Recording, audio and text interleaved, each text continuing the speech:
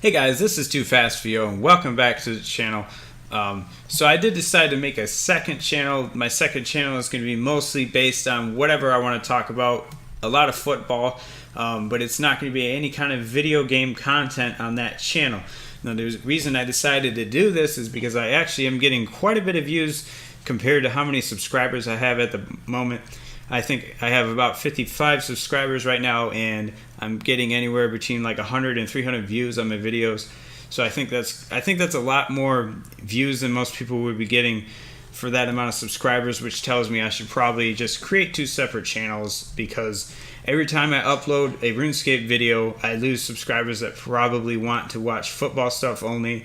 And every time I upload a football video, I lose like 4 subscribers as well, because I'm assuming that they just don't want to have that in their subscription box. But yeah, like the last few videos I've uploaded have been doing pretty well in terms of views, just not gaining me any kind of subscribers. So I think this is probably the best way to do it.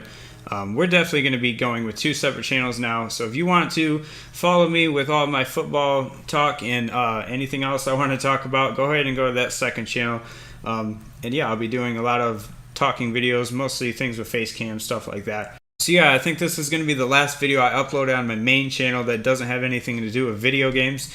So if you want to follow me with my non-video game content, go ahead and click on the link in the description, and that'll lead you to my other channel. So thanks for watching, and I hope you enjoy. Hey guys, this is the Overthinker, and welcome to my new channel. This channel is just going to be a talking channel where I just talk about whatever I want to talk about. Right now this is going to be a football video, and I'm going to do a lot of football videos, but I might do some other topics here and there. This video, we're going to be going over the 2018 draft for the Detroit Lions and all of the picks, as well as what I thought they were going to do in the draft and how that matches up with what they actually did. And I'm also going to slightly go into what they did in free agency and how that might have set up things for the draft. So first off, after the end of the season, I thought the Lions really had to try to get starters on the offensive line as well as in the front 7 going into next year, whether that was through the draft or through free agency or both, and we obviously have done both. And that started with signing 2 linebackers. One was out of, he played for the New York Giants, and the other one played for the Chicago Bears. They both were kind of depth players, but when they got their opportunity to play, they did play pretty well. I don't know if either of them are going to be like Pro Bowl type players, but obviously they are guys with potential, and both of those linebackers that we got are actually pretty fast guys for their size, and I think there might be a lot of potential there for them to become pretty good players. And then obviously we signed LeGarrette Blount. Now I thought this was a pretty good move considering the amount of money that he's getting paid. It's not a very big contract. There's not a whole lot of risk there, and I think that's a very good idea for a team like the Lions. I thought the Lions really had to try to get a bigger back on this team, and that's exactly what they did in free agency. They signed probably one of the better power backs in the NFL in LeGarrette Blount. And I know he's pretty old. I think he's 31 or 32. But he's not the type of player that really relies on his speed a whole lot. And I think I was looking at his playoff stats the other day, and he averages something like 70 or 80 yards a playoff game and gets a touchdown more often than not in the playoffs. So this is a guy that always shows up, and I like that a lot. A guy with some consistency. That's the kind of person you need to be signing on a team-friendly deal. And I think that was a very good move for the Lions. I cannot express that enough. I think that was a very good signing, and I think he has the potential to probably get north of 5 or 6 touchdowns this year, especially if we use him in the red zone, which I do expect us to use him in the red zone, because our red zone offense last year was not good, and our short yardage offense last year was not good either. So we could definitely use him on both of those, and hopefully that would be really good for us going forward. And then we also did sign Deshaun Shedd out of Seattle. I think that's his name. And I'm pretty sure he's going to probably be like the first guy off the bench to play on the outside.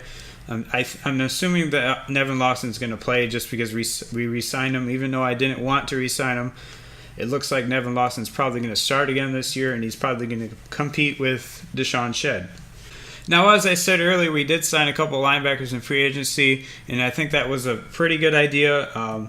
And I also think we could have drafted a couple linebackers, but I think overall we did a pretty good job, with the way we attacked the draft and free agency. I mean, we did fill a lot of needs, especially if those guys are going to play well this year. I think the Lions did a very good job of addressing the needs this offseason. Now, going into the first round, there were a few guys that I was looking at for that 20th overall pick, and there was one guy I was thinking maybe they might try to trade up for, and that was Tremaine Edmonds. I wasn't sure how far he was going to fall. I was pretty sure he was probably going to go in the top 11 or 12. I thought the Buccaneers would probably draft him, but yeah, I was also hoping that Vita Vea would fall, and another guy would be Marcus Davenport, obviously a very talented pass rusher type player, and he looks like he might develop into something in this league. He definitely has all the tools to become a very good pass rusher, Marcus Davenport. I was kind of hoping he might fall because he's kind of viewed as maybe a project player by some teams, but it looks like the Saints were definitely okay with that. I think Deron Payne would have been another one that would have been good to fall. And then, honestly, Jair Alexander, that would have been a good one too. And then Leighton Vander Esch, that was another guy I heard a lot of Lions fans talking about. Very fast linebacker, has the ability to cover, and is an aggressive tackler. But obviously, I did in my last video talking about the Detroit Lions offseason needs. I thought we needed to get a starter at center and guard this year. It looks like we only drafted a center. I'm not sure if the tackle we drafted is going to play any guard. But right now it looks like Frank Ragnow is going to be a starter going into next year, and that's really good. I really wanted us to get help on the offensive line, especially if it was the best thing available in the first round. I think that's what we should have done. My way of attacking this draft was going to be going best player available with the first pick at 20, unless something crazy happened. I mean, if Jair Alexander was the best player on the board, I probably would have been okay with taking him, because if you look outside of Darius Slay, we do not have a proven corner on this team. And I think Jair Alexander may be the second best corner in this draft. My best corner in this draft was actually the other corner that the Packers drafted. His name was Josh Jackson. Yeah, that was his name. Yeah, Josh Jackson was the best corner in this draft based on what I've seen. I mean, I've watched him play a couple times, playing against Michigan State, playing against Michigan. This dude is a ball hawk, and he can cover like crazy. So yeah, I definitely would have taken him. I definitely would have taken Josh Jackson, honestly, if he was the best player on the board. I had him rated probably a lot higher than some other people. But I mean, his tape is outstanding, and I know he doesn't have the best speed, but if you can run a 4.5 in the NFL, that's usually fast enough to play corner, especially if you're that size. And he is a bigger corner, so I was going to be okay with us taking him if that's what the Lions wanted to do. But obviously the Lions addressed one of the bigger needs on this team by taking a center, and that's going to be good going forward, especially if you look at the rest of these picks. We did a lot of things to shore up that offensive line as well as the run game, and that also will help us with pass blocking quite a bit, I'm sure. So yeah, going with Frank Ragnow was probably a really good idea. I think that's going to work out just great. The one guy I had rated ahead of him was actually Billy Price out of Ohio State before he tore his bicep. I mean, you never know what's going to happen after a guy tears his bicep. Usually guys can recover from injuries like that, but you never really know. We need a guy to come in right now. And an injury like that, if it's not healing correctly, could hold a guy out for almost a year if it's not going to heal correctly. So I think it was probably a better idea to go with Frank Ragnow, just because you need a center now and you can't wait a year. All right, so with the second round pick we had, it was the 11th pick in the second round. We took this guy named Kerryon Johnson, who's a pretty good back out of Auburn. I did watch him a couple times last year, and he is a pretty tough running back. He does have some speed as well. He has pretty good vision, and it looks like he knows when to cut up field and just put his foot down and go. And I think that's something that the Lions really wanted, somebody that had a burst and just knew when to take off. Definitely more of a north-south runner, and I think that's probably what the Lions wanted to get. Even though he is a little lighter, I think he's like 210 pounds, 215 pounds. Not the biggest back, but he does have some power, and I did see him run with some power last year in the SEC, which is always impressive. So I definitely think this was a pretty good pick. And some fans might be wondering why we went running back in the second round when there were so many good running backs this draft. But going into this draft, I did not think these running backs were going to go so early.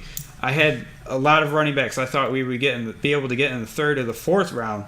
But all of the good running backs were gone by the third round besides Tyner out of Oregon. There were actually 7 running backs taken in the first 2 rounds. I don't remember the last time that's happened. That's insane. I thought Kerryon Johnson would be there in the fourth round for sure. I thought someone like Nick Chubb would be there in the third round, but that's obviously not what happened. And as we know, this is kind of a copycat league. When you have something that's successful, other teams will copy it. So when we had all of these teams going deep into the playoffs with multiple good running backs on their team, that's obviously what these other teams were thinking, taking these running backs so high in the draft. I mean, on the Eagles had LeGarrette Blount, Corey Clement, and Jay Ajayi, who they traded their third-round pick for, I believe. And then you also had the Saints with Alvin Kamara and Mark Ingram. That was probably the best two running backs in the league right there.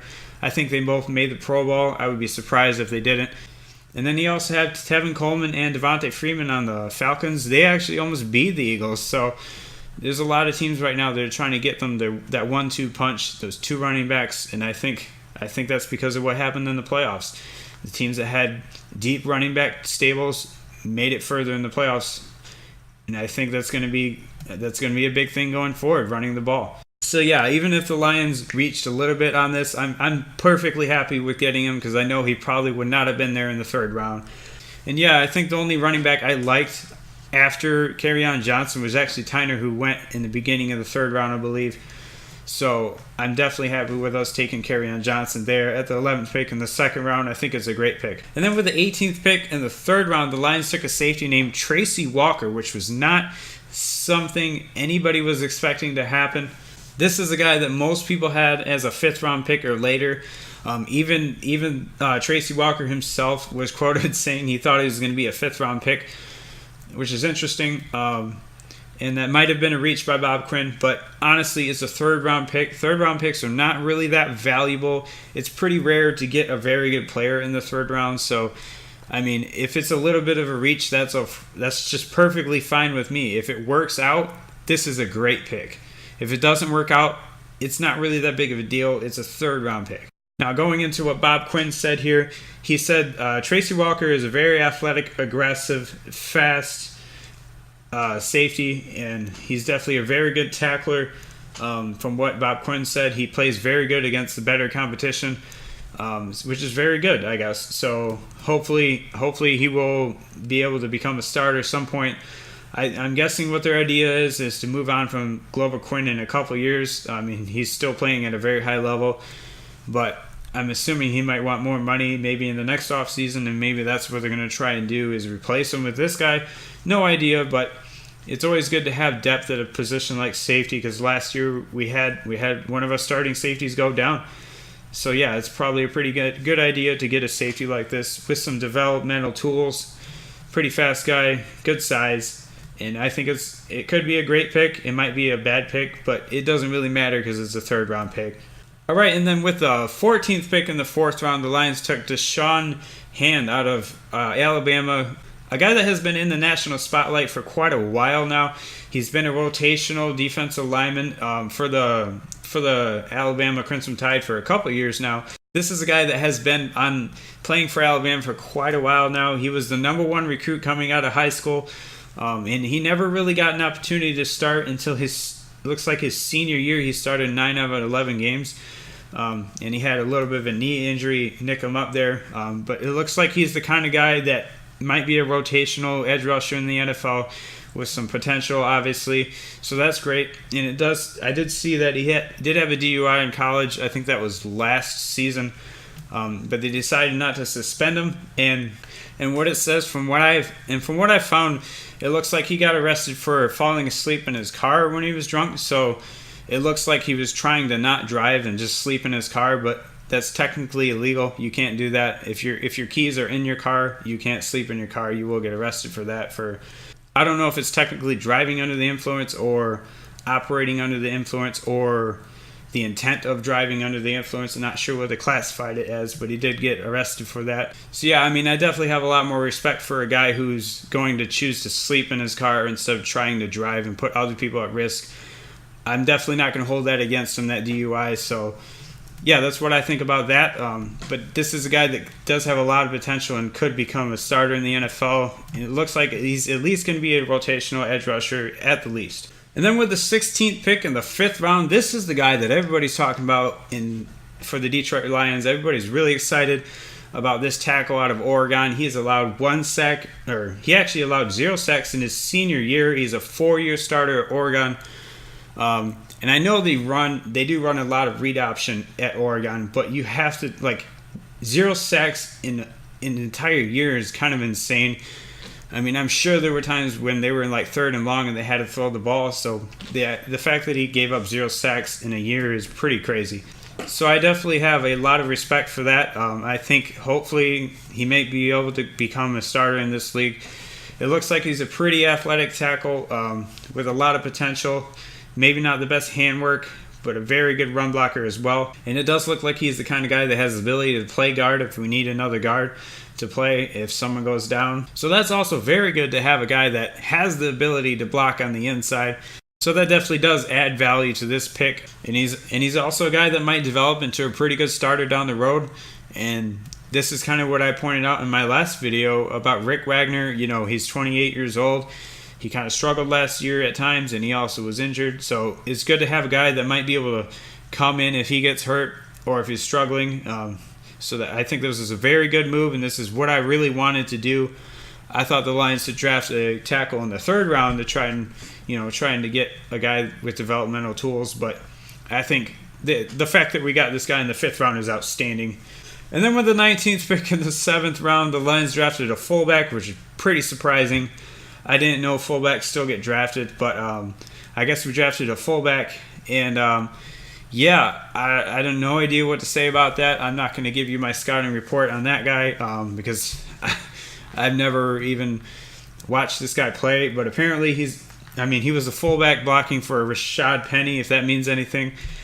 And from what I've been reading from scouting reports, Rashad Penny had one of the highest block yardage out of any running back in college football. Basically, when he got the ball, he had an average of I don't know if it was 3 yards per carry blocked or something like that, but it was higher than most other running backs in college. So that's something to look at. Maybe this fullback was one of the reasons he had so many blocked yards.